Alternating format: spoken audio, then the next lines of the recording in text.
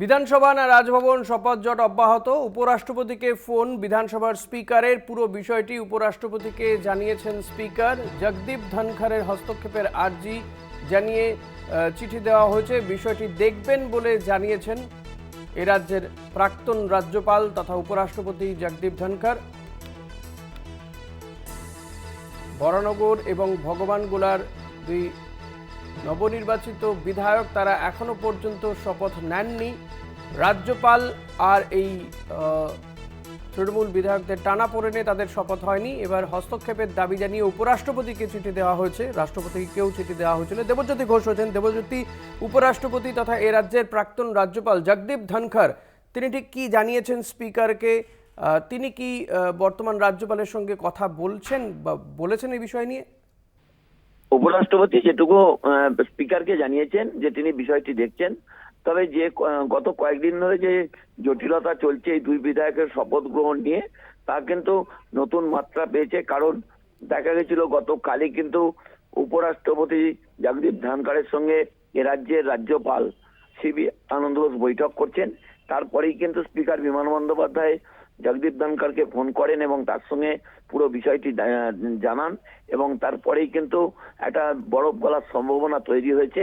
এখন দেখার যে উপরাষ্ট্রপতি যেহেতু রাজ্যের বিধানসভার সচিব অধ্যক্ষকে কথা দিয়েছেন যে পুরো বিষয়টি তিনি দেখছেন, এবং তৃণমূল কংগ্রেসের পক্ষ থেকে আশা করা হচ্ছে যে সমস্যার সমাধান হবে। এবং স্পিকার বিমান বন্দ্যোপাধ্যায় বলেছেন, যেটুকু কথা বলে তিনি বুঝতে পেরেছেন যে শপথ নিয়ে যে জট চলছে সেই জট কাটার সম্ভাবনা রয়েছে। তবে এখনো পর্যন্ত রাষ্ট্রপতি ভবনের পক্ষ থেকে বা উপরাষ্ট্রপতি ভবনের পক্ষ থেকে কোনো উত্তর দেওয়া হয়নি। কারণ গতকালই রাষ্ট্রপতিকে তিনি চিঠি লিখেছিলেন এবং রাষ্ট্রপতিও কিন্তু উপরাষ্ট্রপতিকে পুরো বিষয়টি দেখার জন্য বলেছেন। সেই জায়গাতে স্পিকারের ফোনও কিন্তু অত্যন্ত গুরুত্বপূর্ণ। তবে দেখার যে জট চলছে সেই জট কবে কাটে। তবে এখনো পর্যন্ত বিধানসভা স্পিকারকে বা দুই নবনির্বাচিত বিধায়ককে কিন্তু রাজভবনের পক্ষ থেকে কিছু জানানো হয়নি। বেশ, ধন্যবাদ দেবজ্যোতি। কথা বলছিলাম প্রতিনিধি দেবজ্যোতি ঘোষের সঙ্গে। রাষ্ট্রপতির পর এবার উপরাষ্ট্রপতিকে চিঠি দিয়েছেন স্পিকার বিমান বন্দ্যোপাধ্যায় নবনির্বাচিত দুই বিধায়কের শপথ গ্রহণ নিয়ে রাজ্যপালের ভূমিকা, এবং তা নিয়ে কিন্তু উপরাষ্ট্রপতি জগদীপ ধনখড়কে চিঠি দেওয়া হয়েছে। যদিও জগদীপ ধনখড় তিনি বলেছেন যে গোটা বিষয়টি তিনি দেখবেন, তবে এখনো পর্যন্ত তার সঙ্গে রাজ্যপালের কোনো কথা হয়েছে কিনা তা জানা যায়নি।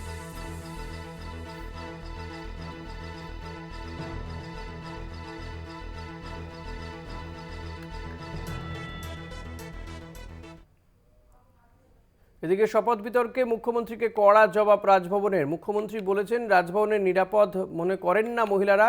কোনো মন্ত্রী নিম্নরূপটি মন্তব্য করতে পারেন না। একটি মামলায় পর্যবেক্ষণ সুপ্রিম কোর্টে। আবর্জনাপূর্ণ বিষয়ে সাড়া দেওয়ার প্রয়োজন নেই। ভোটে জয়ীরা বিধায়ক হিসেবে বিবেচিত হন। বিধানসভায় বসার জন্য শপথের প্রয়োজন হয়।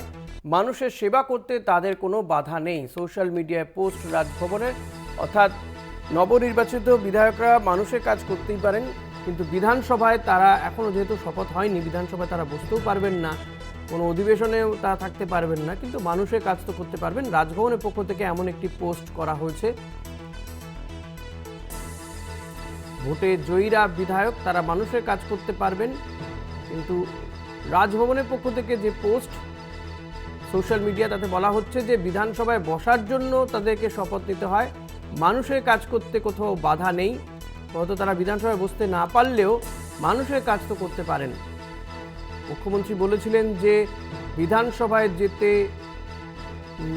নিরাপদ বোধ করছেন না মহিলারা, এবং রাজভবনের পক্ষ থেকে সোশ্যাল মিডিয়ায় পোস্ট করে জানানো হয়েছে যে কোনো মন্ত্রী এই ধরনের মন্তব্য করতে পারেন না। জয়প্রকাশ মজুমদার রয়েছেন আমাদের সঙ্গে এই মুহূর্তে টেলিফোনে। জয়প্রকাশ দা, স্বাগত আপনাকে। জয়প্রকাশ দা, আপনি নিশ্চয়ই শুনেছেন রাজভবনের পক্ষ থেকে একটি পোস্ট করা হয়েছে সোশ্যাল মিডিয়ায়, যে তিনি বলছেন, একদিকে যেমন তিনি বলছেন যে কোনো মন্ত্রী এই ধরনের মন্তব্য করতে পারেন না মমতা বন্দ্যোপাধ্যায়ের মন্তব্যের পরিপ্রেক্ষিতে, পাশাপাশি তিনি বলছেন যে নবনির্বাচিত বিধায়করা মানুষের ভোটে জিতেছেন, মানুষের কাজ করতে পারবেন, বিধানসভায় হয়তো বসতে পারবেন না শপথ না হওয়া পর্যন্ত।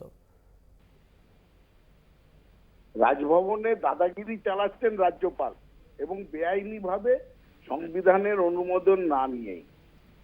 আর রাজভবনে মহিলাদের শ্লীলতাহানি হবে, সেটা সেই মহিলা সাধারণভাবে আইনের সাহায্য নেবেন, আর তখন রাজ্যপাল বিশেষ তার অধিকার প্রয়োগ করে বলবেন যে কোন রকম তদন্ত হবে না, তাতে কি প্রমাণিত হয় যে রাজ্যপাল দোষী শ্লীলতাহানিতে?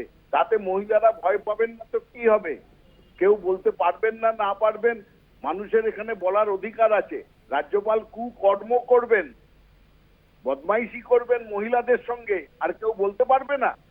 যেহেতু তিনি রাজ্যপালের জন্য একটা সুরক্ষা কবচ নিয়ে আছেন, তার জন্য তাকে কি এইসব অপরাধমূলক কাজ করার অধিকার দেওয়া হয়েছে?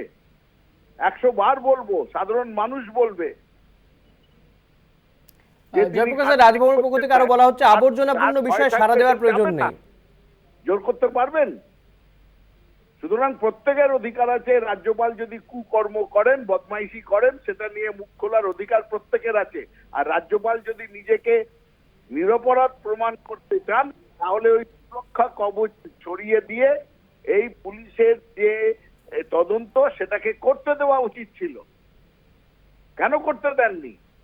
সিসিটিভি ফুটেজ বলে বাইরের ময়দানের ছবি দেখিয়ে দিয়েছেন, আমরা দেখিনি সেটা। সেই জন্যই এই কথা উঠেছে যে রাজভবনের ভেতরে অনেক খারাপ কাজকর্ম চালাচ্ছেন এই রাজ্যপাল। তিনি রাজ্যপাল হওয়ার যোগ্য নন, এবং এটা বলার অধিকার আমাদের সকলের আছে। মন্ত্রীদের তো আছেনই, আমাদের সকলের আছে। রাজ্যপাল কান খুলে শুনে নিন। বেশ, অনেক ধন্যবাদ জয়প্রকাশ দা। কথা বলছিলাম তৃণমূল নেতা জয়প্রকাশ মজুমদারের সঙ্গে। তিনিও রাজভবনের পক্ষ থেকে যে সোশ্যাল মিডিয়ায় পোস্ট করা হয়েছে তার কড়া সমালোচনা করলেন। রাজ্যপালের বিরুদ্ধে এর আগে শ্লীলতাহানির অভিযোগ উঠেছিল, যদিও সেই শ্লীলতাহানির পুলিশি তদন্তে তদন্ত করা যায়নি এবং পুলিশকে ইনফ্যাক্ট ভেতরের কোনো তদন্তের মান্যতাই দেওয়া হয়নি রাজভবনের পক্ষ থেকে। সায়ন্তিকা বন্দ্যোপাধ্যায়, তিনি একজন মহিলা বিধায়ক, নবনির্বাচিত তৃণমূল বিধায়ক। মমতা বন্দ্যোপাধ্যায়ের বক্তব্য ছিল যে মহিলারা রাজভবনে যেতে নিরাপদ মনে করছেন না, সে কারণে রাজ্যপাল তিনি বিধানসভায় এসে শপথ বাক্য পাঠ করান। কিন্তু রাজভবনের পক্ষ থেকে বলা হচ্ছে যে আবর্জনাপূর্ণ মন্তব্যের প্রতিক্রিয়া দেওয়ার দরকার নেই। পাশাপাশি মুখ্যমন্ত্রী যা বলেছেন তার বক্তব্য যে এক্ষেত্রে কোনো মন্ত্রী এ ধরনের মন্তব্য করতে পারেন না। রাহুল সিনহা রয়েছেন আমাদের সঙ্গে টেলিফোনে। রাহুল দা, স্বাগত আপনাকে। প্রথমেই জানতে চাইব যে রাজভবনের পক্ষ থেকে সোশ্যাল মিডিয়ায় পোস্ট করে বলা হচ্ছে যে কোনো মন্ত্রী নিম্নরুচির মন্তব্য করতে পারেন না। পাশাপাশি তার বক্তব্য যে নবনির্বাচিত বিধায়করা তারা মানুষের ভোটে জিতেছেন, মানুষের কাজ করতে পারেন, শপথ না হলে বিধানসভায় তো বসতে পারবেন না। কি বলবেন? দেখুন, ব্যাপার হচ্ছে যে একজন মুখ্যমন্ত্রী হয়ে যদি এই জাতীয় নিম্ন রুচির পরিচয় দেন, আর সেটাও একটা সোয়ারিংকে কেন্দ্র করে, আরে ওথ টেকিং প্রোগ্রাম সে রাজ্যপাল ঠিক করবে কোথায় হবে না হবে। যিনি ওথ নেবেন, সেখানে মুখ্যমন্ত্রী যেভাবে রাজভবনকে কলঙ্কিত করছেন, একটা সাংবিধানিক প্রতিষ্ঠানকে এইভাবে কলঙ্কিত একজন মুখ্যমন্ত্রী করতে পারেন না। অতএব আমি মনে করি তার যে অধিকার, তার বাইরে গিয়ে তিনি চর্চা করছেন এবং একটা বিষ ছড়াচ্ছেন সমাজে। তৃণমূল বলছেন রাজ্যপালই রাজভবনকে কলঙ্কিত করেছেন, শ্লীলতাহানির অভিযোগ রয়েছে তার বিরুদ্ধে। না, যার বিরুদ্ধে অভিযোগ থাক, সে অভিযোগ প্রমাণিত হয়নি। অভিযোগকারী হচ্ছে তৃণমূল, অভিযোগের বিচারও করবে কি তৃণমূল? সেই জন্য অভিযোগ আছে, অভিযোগের বিচার যখন হবে, শেষ হবে, তখন দেখা যাবে। অভিযোগ তো কত আছে। তা মমতা ব্যানার্জির বিরুদ্ধে সারা পশ্চিম বাংলা বলছে চোর, অভিষেক ব্যানার্জিকে সারা পশ্চিম বাংলা বলছে চোর, তাহলে সেই চোরেদের আবার সরকার চালাবে কি করে? সেই কারণে অভিযোগ এক জিনিস আর অভিযোগের প্রমাণ করা এক জিনিস।